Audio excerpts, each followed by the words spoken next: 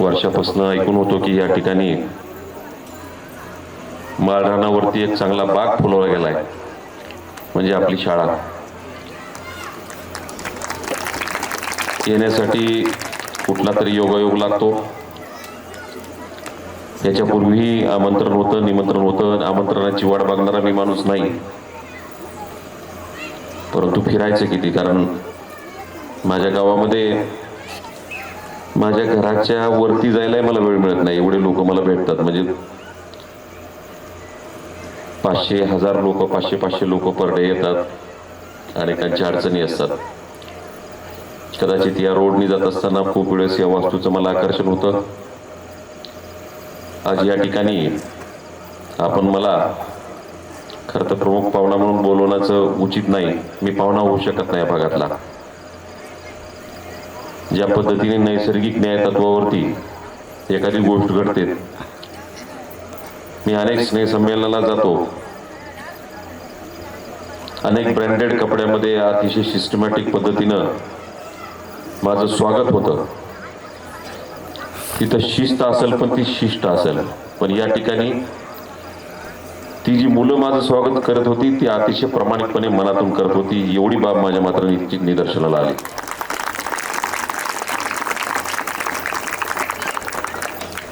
या शाळेचे मुख्याध्यापक चाटे सर, लोकशक्तीचे प्राचार्य विकासजी निकाळजे,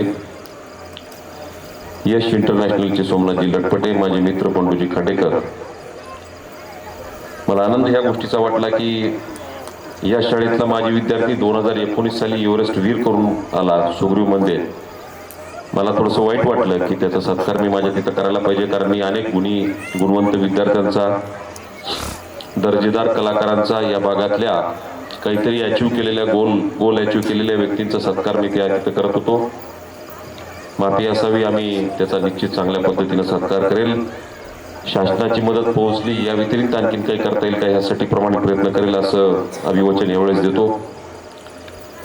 कार्यक्रमाला उपस्थित संजीवनीताई राऊत, बालकलाकार मानसी आलाट, अविनाश मुंडे, माझे मित्र उद्धव केकान, सातत्याने या शहरामध्ये या तालुक्यामध्ये विविध ठिकाणी ग्रामविकास अधिकारी म्हणून कार्यरत असलेले माझे मित्र धनंजय खरे, सोमनाथजी वाघ, सकारामजी वनवे सर, सर्व शिक्षिका, शिक्षक, खास करून उपस्थित असलेले पालक.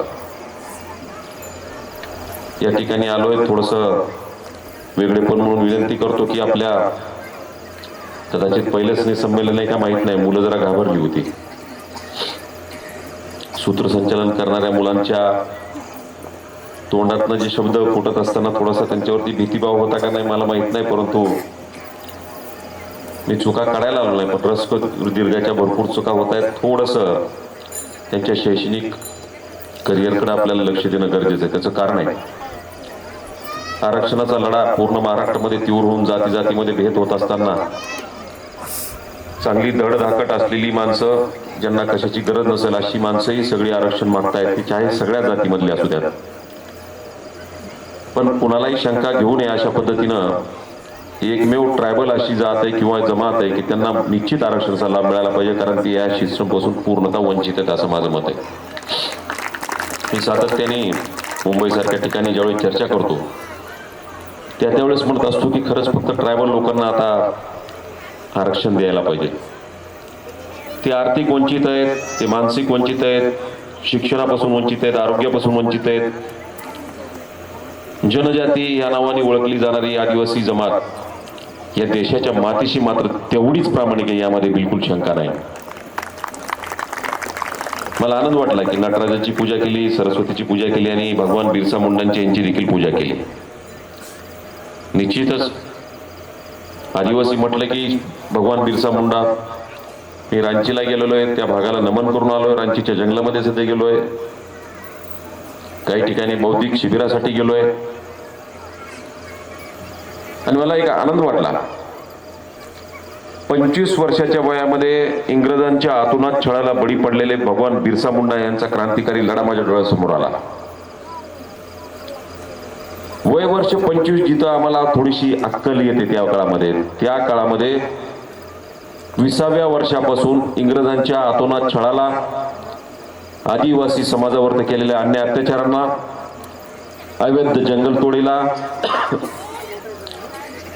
आणि मिशनरींनी अन्याय करून केलेल्या धर्मांतराच्या विरोधात भगवान बिरसा मुंडा यांनी लढा दिला आणि त्यांचे वडील सगुन मुंडा यांचं धर्मांतर मिशनरीने केलं आणि तो राग मनात धरून इंग्रजांच्या विरोधात क्रांतिकारी लढा भगवान बिरसा मुंडा यांनी उभा केला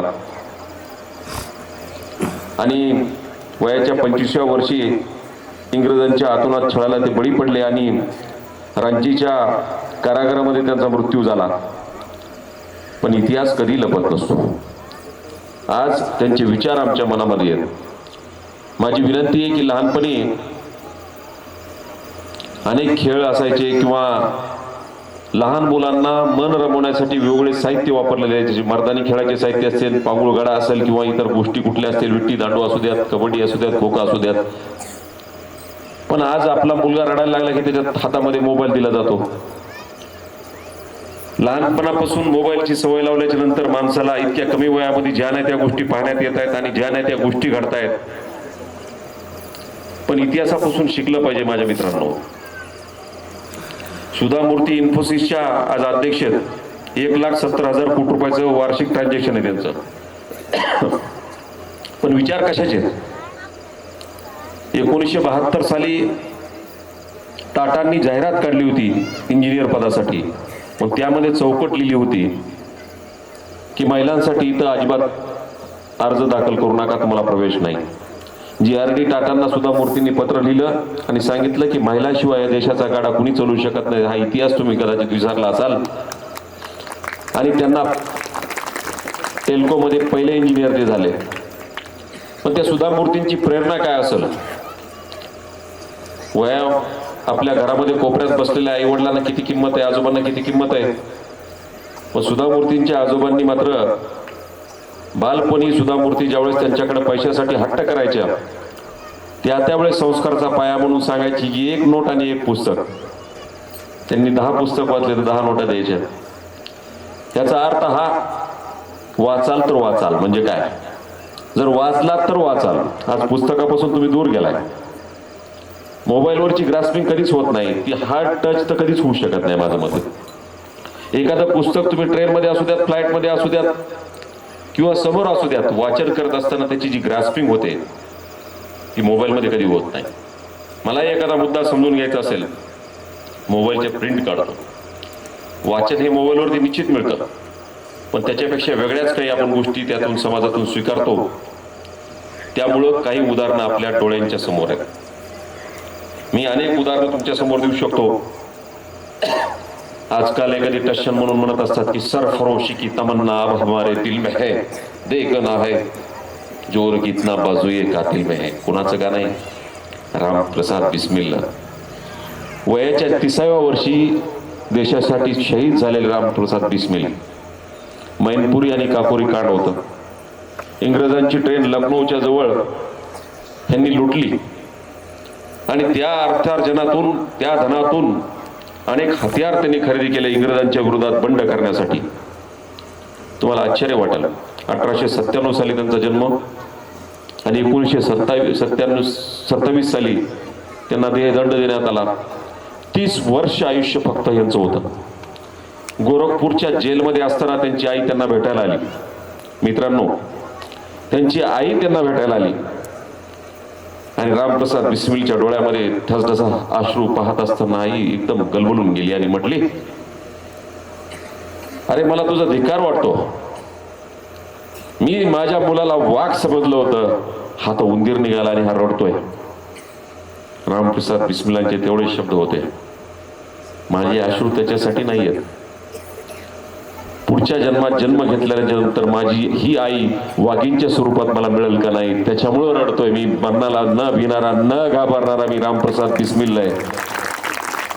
छातीचा कोट करून फाशीच्या तख्तावरती जाणारे रामप्रसाद बिस्मिलला आम्हाला पोहायचंय. आज तीच तर वेळ तुमच्याकडे नाही मित्रांनो. कुठली अनुचित घटना, लहान लहान मुलांची आत्महत्या, छोट्या छोट्या बाळांवरती होणारे अत्याचार, 3-4 वर्षांच्या मुलींवरती होणारे अत्याचार, मन बघितल्याच्या नंतर वाईट वाटतंय. बीड जिल्ह्यातलं एकही स्नेहसंमेलन सोडायचं नाही असा विषय घेतलाय मी. त्याचं कारण आहे, बीडमध्ये जातीचा जेवढा द्वेष होतोय, कुठले लढे, कुठल्या जाती, कुठल्या धर्माच्या भिंती तुम्ही बांधल्यात, ज्या पद्धतीनं समाजाची घडण होते त्या पद्धतीने बीडचा हे होतोय.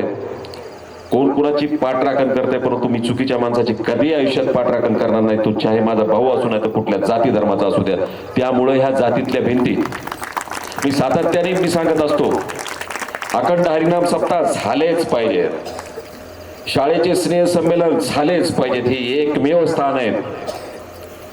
कोण कुठला रोल घेऊन येईल, लेकरू पुढे येईल सांगता येत नाही, पण त्याच्या विचारावरती जो मन बिंबला जाणार आहे, ती जात धर्म बिंबला जाणार नाही, या देशाची संस्कृती बिंबली जाणार आहे. याच ठिकाणी जातीच्या भिंती तोडल्या जातील. म्हणून प्रत्येक स्नेह संमेलनाला जाण्याचा विचार मी प्रगट केला.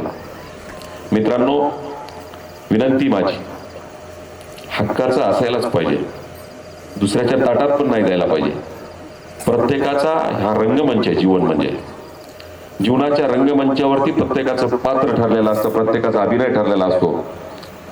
प्रत्येकाने आदर्श घ्या, बरोबरी करू नका. प्रत्येक माणूस वेगळा असतो, प्रत्येक माणसाची बुद्धी वेगळी असते, देवाने दिलेला चेहरा वेगळा असतो. तुम्ही एखाद्याचा आदर्श घेऊ शकता, पण कंपॅरिझन करून आपल्या मुलाला सध्या कधी टॉर्चर करू नका. आपली मुलं आझाद मैदानावरती ज्यावेळेस आरक्षणाच्या लढ्यासाठी उभा राहतात, त्यावेळेस ते आझाद मैदानाचं दुसरं स्वरूप तुम्हाला माहिती आहे का? त्या आझाद मैदानावरती त्या बाजूने टेंट टाकलेले असतात. टेंट, त्या टेंट मधली काही माणसं त्या ठिकाणी विविध साहित्य, अन्न वगैरे विकतात. त्याच ठिकाणी यशस्वी जयस्वाल नावाचा एक छोटा क्रिकेटपटू, मला अभिमान वाटला, माझा मुलगा क्रिकेटपटू. मी त्याला समजून सांगत असतो की सुदैवाने तुझा बाप मोठा आहे, तुला सगळं असं देतोय, परंतु यशस्वी जयस्वाल डोळ्याच्या समोर ठेव. त्याचे वडील पाणीपुरी विकायचे. यशस्वी जयस्वाल त्याच्या अंगणामध्ये 12वी 13वीची मुलं ज्यावेळेस आरक्षणाच्या लढ्यासाठी ते लढा देत असताना ते पाहत होता. त्यांनी ते घेतलं नाही, सगळ्यांना पाणीपुरी विकली आणि त्या ठिकाणी क्रिकेट शिकला. भारतीय क्रिकेटमध्ये तो समावेश झाला. हा यशस्वी जयस्वाल आपल्याला बनायचं, हे लक्षात ठेवा. जास्त वेळ बोलत नाही, परंतु सर मी छोटा माणूस आहे, परंतु विद्यादानामध्ये कमी पडू नका. ही बालकं खरंच वंचित आहेत. मोठ्यांची बालकं, मोठ्यांची पालकं तुम्हाला क्वेश्चन मार्क विचारतील. ही माणसं छोट्या छोट्या गोष्टीमुळे उपकाराच्या ओझ्याखाली जपलेली असतात. ही गरजूवंत असतात.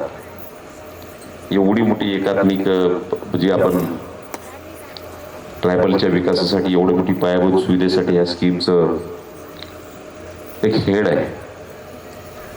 त्या अंतर्गत या बालकांना कुठेही काही पडा वाटत असेल, अन्नदान आहे, रक्तदान आहे, सगळ्यात मोठं त्याच्यापेक्षा विद्यादान आहे. तुम्हाला वाटलं या बालकांना कुठतरी हे करण्यासाठी आपण कमी पडतोय, कुठले इन्स्ट्रुमेंट कमी पडत आहेत, ते उपलब्ध करून दिलं.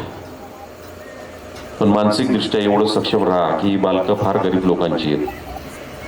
हा पिछडा वर्ग आहे. ही आमच्या मातीतली बालकं आहेत.